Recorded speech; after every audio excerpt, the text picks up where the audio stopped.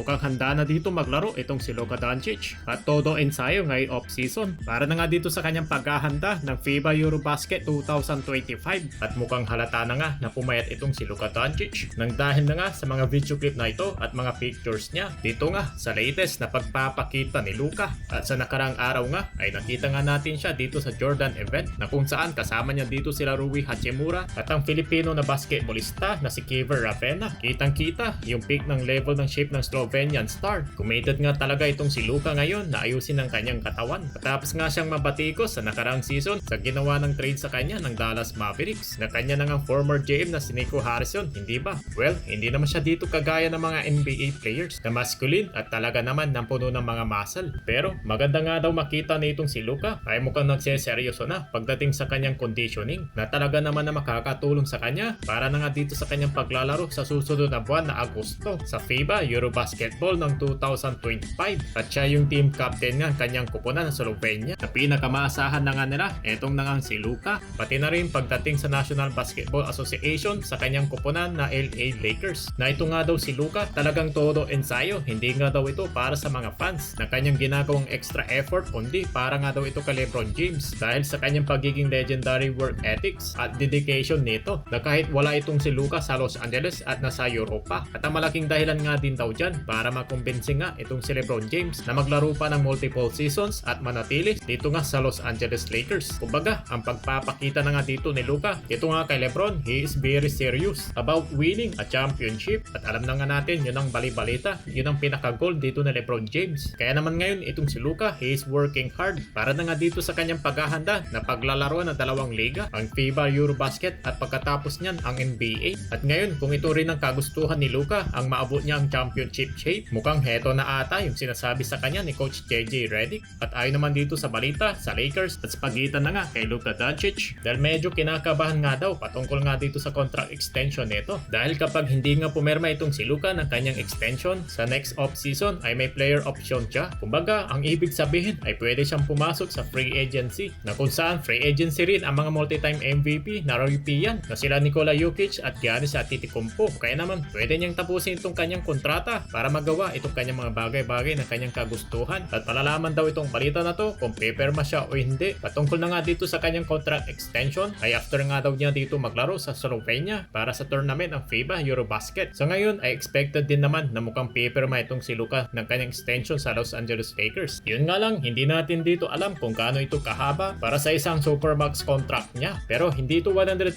dahil na-trade nga lang ito sa Lakers at hindi naman niya napili ang Lakers in the first place. Nakadepende pa rin ito sa relasyon ni Luka at sa bagong owner na nga ng team, ang multi-billionaire na si Mark Walter. Ano naman kaya masasabi nyo patungkol na nga dito mga idol?